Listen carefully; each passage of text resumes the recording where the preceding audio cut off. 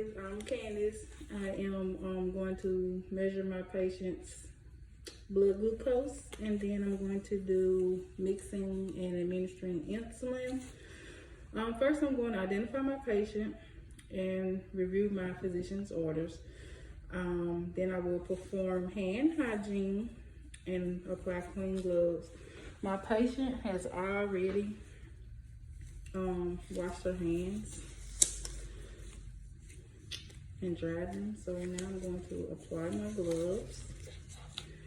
I'm going to take out my strip and place it into the machine. I'm going to wipe the lateral side of my finger, of my patient's finger, with alcohol pad and allow that to air dry. I'm going to open my lancet and I'm going to prick the side of her finger, and I'm going to wipe away the first drop of blood,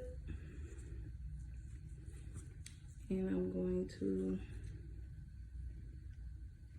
get a reading on the second, and then I'm going to apply gentle pressure with the cotton ball.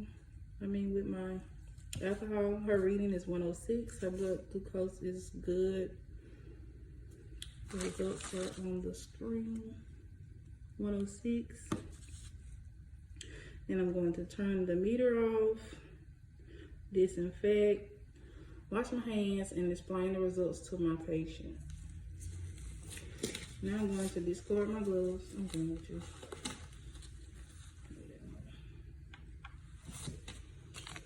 Okay, now I am going to wash my hand again and throw this stuff away in biohazard.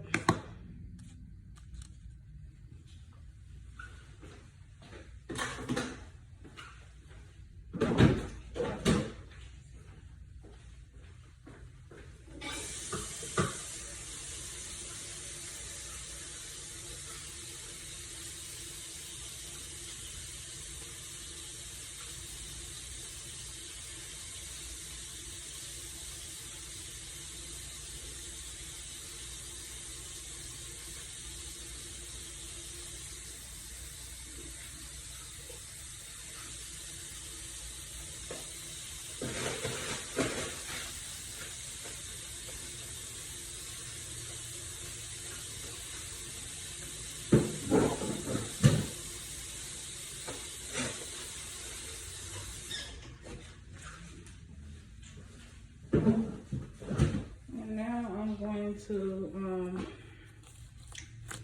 do my insulin, mixing insulin. I'm going to open the valves, apply my gloves. First, I'm going to compare the physician's order with the MAR. I will identify my patient, perform hand hygiene, and put on gloves. A focus assessment of the patient. My patient's CBG was 106, so her levels was good. She's not having any signs or symptoms of hyper or hypoglycemia. I've assessed the injection site. Oh my God, I can't talk. Okay, I'm going to check the expiration dates on the vials, and they are good. Okay, and now I'm going to clean the top with alcohol swab.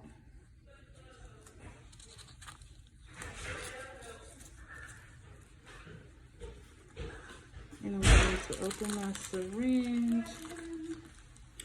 I'm just going to say my physician order says administer 10 units of Humulin R and 12 units of Humulin N sub-Q before breakfast daily. So that means that I would aspirate the air into my cloudy valve first, which will be the 12 units. I drop 12 units of air. Inject the air. Careful not to let the needle touch the insulin because I don't want to contaminate it. And now I'm going to draw up my 10 units of air and inject it into the regular insulin. Careful not to, well, it doesn't matter if it touches. So I'm going to inject the air, and instead of pulling it out, I'm going to turn it upside down. Withdraw the 10 units.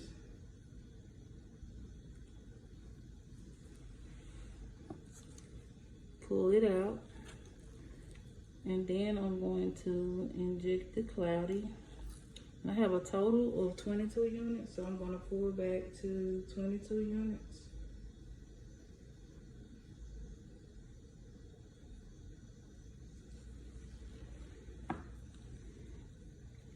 And I'm going to put the cap on this because I'm not going to administer it right away. Using the 1 scoop. I'm going to remove these gloves. I'm going to get a second nurse, a second RN to verify, and I will also label my syringe. And then once I go to the patient's bedside, I'm going to identify my patient, check allergies, assess for hypoglycemia, assess her injection site, assess her skin integrity, and the new location that I'll be administering the insulin. Okay, so now I'm going to the patient room. I've verified my patient. I've checked the MAR a third time. And I'm going to explain what I'm doing to the patient. I'm going to clean the area, wash my hands again. Let's just say I've already washed them.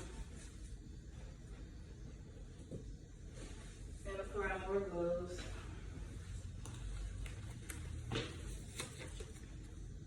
And I'm going to administer this into the patient's abdomen. I verified her identity, her allergies, and we're good to go.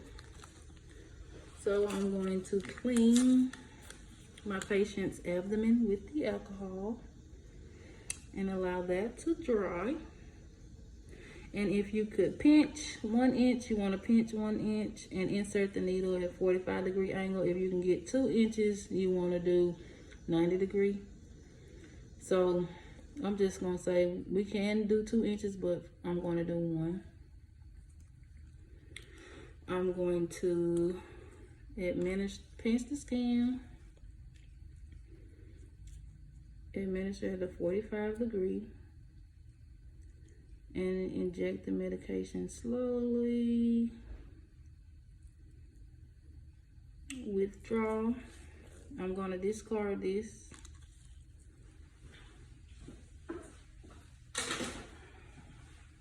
And apply pressure, gentle pressure with alcohol pad. Then I'm going to safely dispose of the needle, remove my glove, wash my hands, and document procedure. Thank you.